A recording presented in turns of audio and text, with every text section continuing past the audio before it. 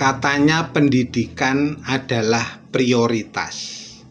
Katanya guru adalah pilar bangsa. Katanya negara ini adil. Tapi mari kita berhenti pakai slogan. Kita pakai angka. Petugas MBG digaji lebih dari 3 juta rupiah per bulan.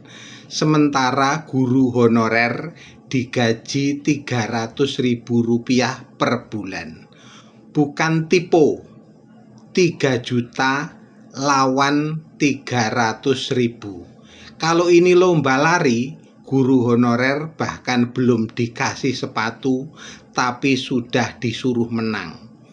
300.000 per bulan kita bagi 30 hari, hasilnya 10.000 rupiah per hari. 10.000 itu harga gorengan dan teh tawar. Itu belum ongkos, belum pulsa, belum hidup. Pertanyaannya sederhana, di mana keadilannya? Negara ini seperti rajin mendanai spanduk, tapi pelit pada isi kepala bangsa. Yang mengelola program digaji layak, yang membentuk manusia disuruh ikhlas.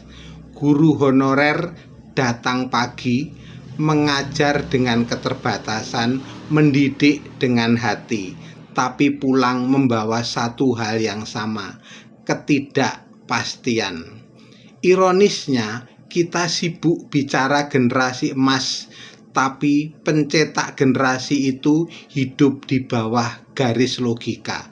Kita bangsa dengan program, tapi lupa dengan orang. Negeri ini seperti membangun istana, tapi fondasinya dibiarkan retak. Lebih dari 3 juta untuk petugas, 300.000 untuk guru. Ini bukan soal iri, ini soal akal sehat. Karena dari cara negara menggaji, kita bisa membaca nilainya.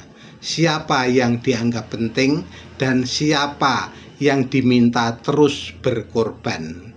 Dan hari ini guru honorer kembali mengajarkan satu pelajaran pahit di negeri ini.